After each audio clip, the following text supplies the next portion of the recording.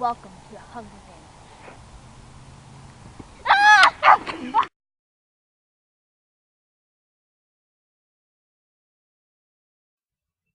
Hello, bookworms!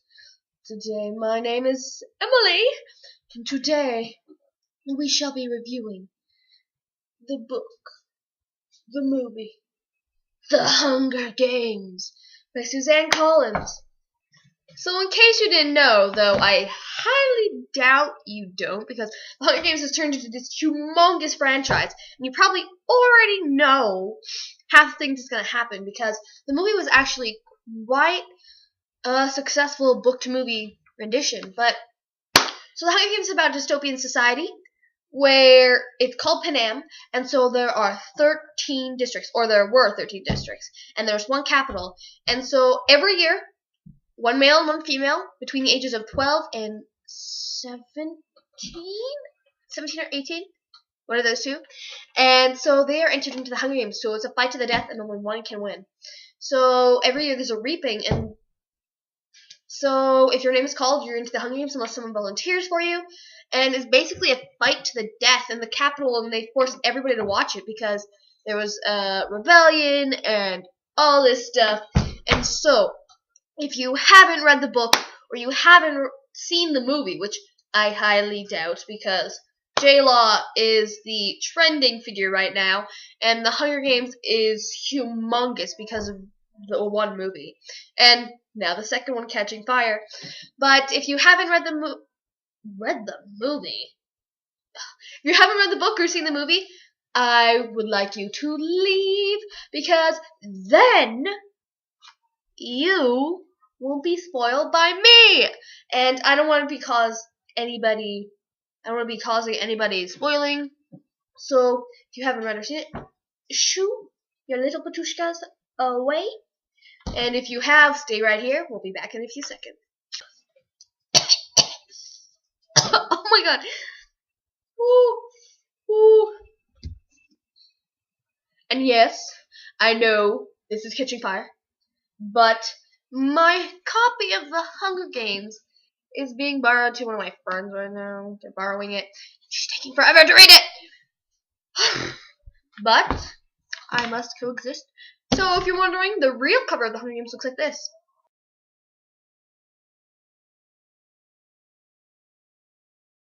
So in case you didn't know, though I highly doubt you don't, because The Hunger Games has turned into this humongous franchise, and you probably already know half the things that's going to happen, because the movie was actually quite a successful book-to-movie rendition. But so The Hunger Games is about a dystopian society where it's called Panam, and so there are 13 districts, or there were 13 districts, and there's one capital, and so every year, one male and one female between the ages of 12 and 17 or 18, one of those two, and so they are entered into the Hunger Games. So it's a fight to the death, and only one can win.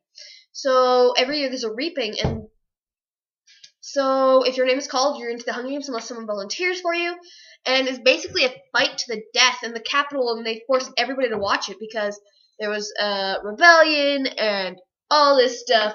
And so if you haven't read the book, or you haven't seen the movie, which I highly doubt, because J-Law is the trending figure right now, and The Hunger Games is humongous because of the one movie, and now the second one catching fire. But if you haven't read the movie, if you haven't read the book or seen the movie, I would like you to leave, because then you won't be spoiled by me, and I don't want to be causing anybody spoiling. So if you haven't read or seen it, shoo your little patushkas away, and if you have, stay right here. We'll be back in a few seconds. Okay, now tributes. Let's get this going. Okay, so in the book, so the book is different from the movie in ways. Like, the movie was good, just shaky camera, didn't need that. No, there's a few scenes that I wish were in there or were incorporated in. The scene with Peeta and Katniss with the bread kinda didn't look like it was back when they were kids. It looked like last month, like, I'm gonna chuck some bread at you. But in the book, it was as they were kids. And another thing I wish they would have kind of incorporated more into the movie was the mutt scene. Like, it was spectacularly done, but I wish they would have emphasized the fact that they were meant to psych the competitors out, that they were actually supposed to look like the fallen tributes before them, and which helped with the emotional and mental destruction of these characters. And I wish they would have incorporated that, maybe described it a little bit, or done some, like, voiceovers, or some kind of other method, maybe just making them look like it and making us assume, but I wish they'd incorporated that because it just shows how menacing and threatening the Capitol is and what they're willing to do. They will destroy you and they don't care. They don't care. They don't. And they never will. Kind of like society. The book. Let's talk about the book, people. The book. The book that started it all. So, this franchise has turned into one of the biggest book movie franchises in the world. It has gone worldwide everywhere, all because Suzanne Collins had this brilliant idea about kids killing each other. And so I'm guessing that the message in her book, or what I feel the message is in her book, is that we focus too much on punishing things that don't need punishing, and we are a violent society. We enjoy watching violence. We enjoy seeing death. Even though we may be like, we may see somebody die, we're like, oh my god, we're watching it still. You don't shut off the TV. You keep going so you can see what happens. You want to know. You want to see this happen. And though you may not be thinking it consciously, subconsciously you are. And so I think that's what Suzanne Collins is trying to tell us. That we've become into a very violent, generated society that always needs its fix of killing and bloodshed. And it's not really working for us. Eventually we're going to turn into these monsters who kill children every year. Who kill 23 children every year. 23 children every year. And try to reward them because we say, oh, good job, you won by killing 23 other people. You know, like, we're not really punishing those who need to be punished. And that goes to say if people even need to be punished. But this book was, oh my god, it's one of my top favorites. This is actually the book that got me, not the one book, but one of the 3 books that actually got me into, like, I've always been a reader, but these are one of the 2 books that actually got me into reading all the time. It actually got me into the fandoms and the fangirling and everything piling on top of each other. And just, it became part of my life.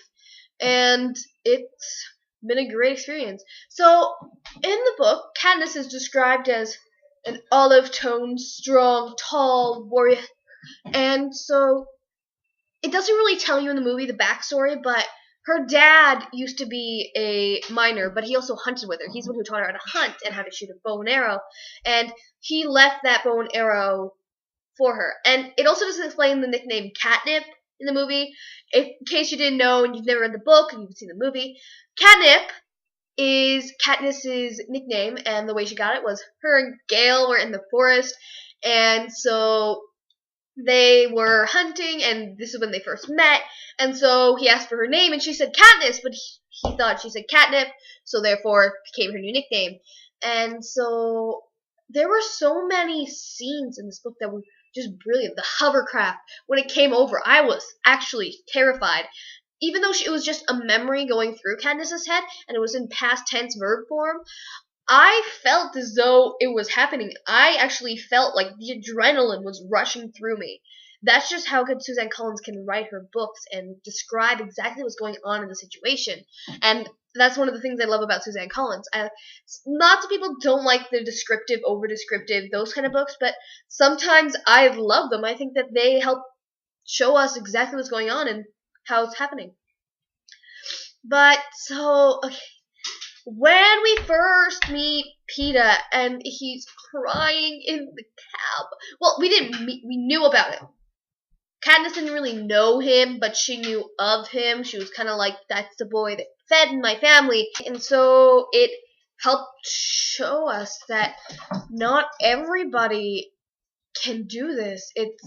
It's emotionally burdening. It will tear you apart, leaving your family behind knowing that you most likely will not come home and will never see them again is heart-wrenching. And the scene in the book where Katniss sacrifices herself for Prim, and oh my god, I was crying already. It was the beginning of the book, and though there were quite a few chapters in the beginning of just intro, which were sort of boring, but I was crying during the reaping because I was like, and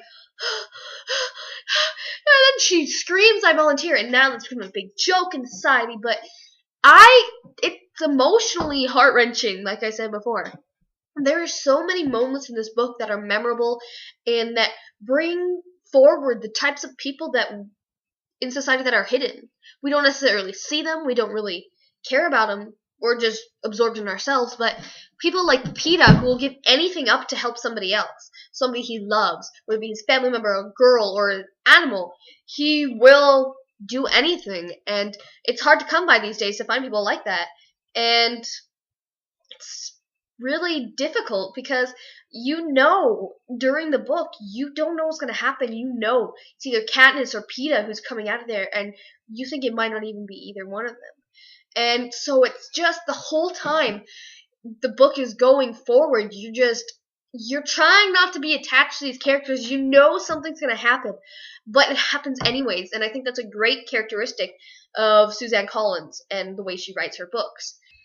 And when Peeta was in the cave and he touched the end of her braid, and he was playing with her hair, I was just like, oh, it was so cute and sweet, and it's one of my favorite moments in the book because it's so simple, yet it's so amazing. Same with at night when he's at the window and I don't want to be just another pawn in their games, and she's like, I'm sorry, I don't have time to worry about staying human.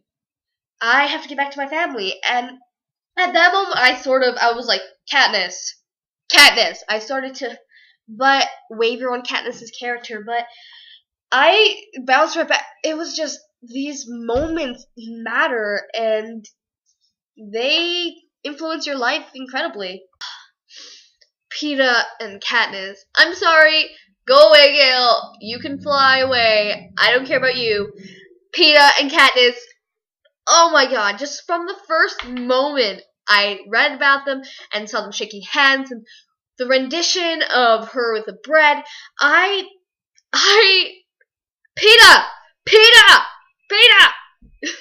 You know, like, I'm sorry, Team Gale, but I'm definitely a Peeta girl. Wink, wink. I can do it both eyes. Back to where we were. Okay, but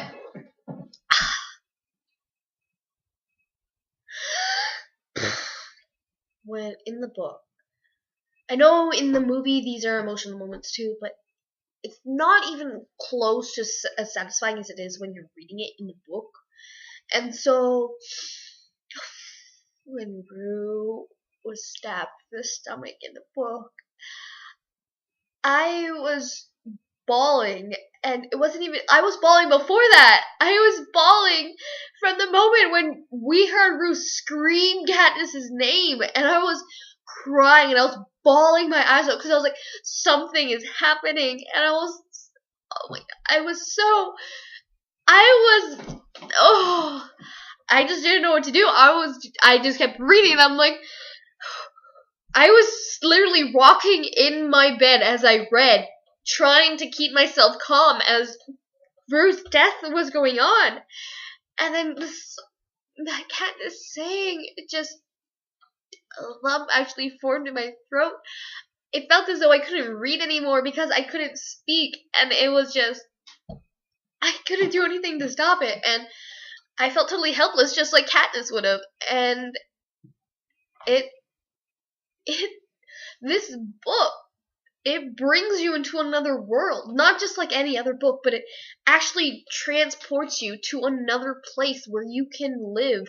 But you're not necessarily living because you're watching other people die and you're having to do it yourself. Even though you're somebody else, you're still you and you feel as though you're with Katniss. It may be you're in Katniss' point of view, but you feel like you're right beside her the whole way. You're not the same person. You're beside her. You're her partner. You're with her the whole time. And it is heavy. And just the gruesomeness. Like, obviously the book, when you first hear about, people killing each other, you think it's going to be the gruesomest book you'll ever read. It's not necessarily gruesome as it is tragic. It's just a tragic story. We don't want to read about people slaughtering each other, but then again, society craves for that justice. They think that this is justice and this is what they want, so they keep going on with it. That's exactly what our society does today. WWE fighting, cage box matches, anything. Movies are full of violence and bloodshed. It's actually crazy how violent we have become. The most top-selling video games ever are things like Call of Duty and Halo, where all you're doing is killing other things and organisms. And it's not something I look forward to if this is what our society is coming to. And the Hunger Games, back to that, because now I'm going on about society, and I can continue that later. We will continue that later. Yes. Remind myself. Continue that thought later. Yes. But the Hunger Games, the scenes are just so much different in the movie. It doesn't really go into depth in the feeling and the emotions behind the actions. Whereas in the book, you feel everything. It's you this is happening to. It's you dying there in the meadow, being sung to. It's you having to put one of your best friends to rest before you. And it's you having to notch that arrow and let it go, let it fly at someone you barely know, and watching it pierce their heart. It's just, it's not something you enjoy reading. But it's also not something you don't enjoy reading. It's just, it's there, and we have to face the facts.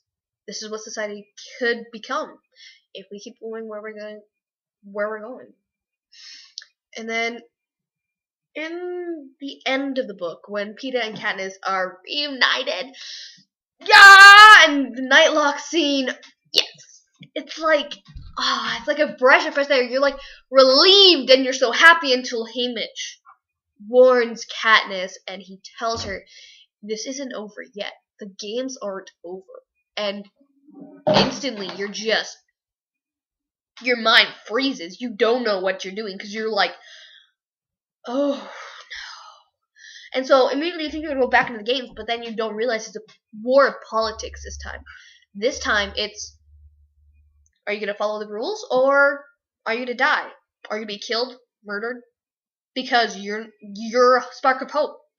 You're something that people in society never intended to exist. You're not something they want, though you might be something they need. And so the reunion between Peeta and Katniss, it was like, I was so happy and I was rejoicing and I was so joyous, but then I remembered that it was all an act. And I'd forgotten that through the book, in the cave and all that. I forgot it was an act. But at the end, I remembered, and I began questions like, is it really an act? Did she mean any of that stuff? Like, oh no, and then everything falls apart. You think at the end of a book, when you finally get let out of a freaking realm where you were just trying to be killed by 23 other contestants, you'd be ecstatic and relieved, and a weight would be lifted off your chest. The world would be taken off your back. But no, everything got worse. Your whole world crumbled. The games aren't over. You tried to save another person, and you were screwed for it. there's something you might have feelings for, but you don't know if you have feelings for it, but you don't want to lead them on at the same time if you do, and if you don't. So when he figures out that it was an act, at least in the beginning, he totally disregards you, and you feel as though you wish you could go back in time. And it's an amazing concept, and it's an amazing storyline and plot. And I may be rambling on about society and all these bumbo jumble things that many of you may not understand, but this is exactly what I think is behind the whole story. But just in general, the story is meticulously organized, and it is one of my favorite books. Definitely top 10. Definitely. I'm gonna say it's probably my third or fourth favorite book ever that I've ever read, and trust me, I have read a lot of books.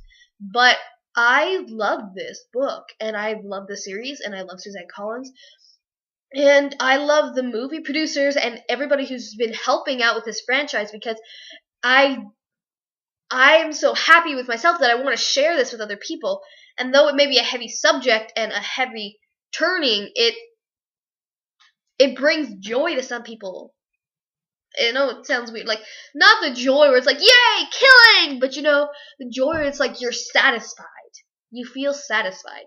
You feel as though your life for a minute or a minuscule second is complete, and that's exactly what I felt with the Hunger Games, and I loved it, just like I love the Hunger Games, and I love Katniss, and I love Peeta, and I don't love Gale, but I'm okay with Gale, and it was just a wonderful experience reading through this book. And I can't really say many of the scenes because most of you know those scenes. So the producers did a really good job of not leaving anything out of the movie, but it was amazing, both the movie and the book. Though the book, I'd say, is better, for obvious reasons. And I hope you had a nice time talking with me. I hope you agree with some things I'm saying. I hope you disagree so we can create a conversation and a little debate here. And yeah. Meh.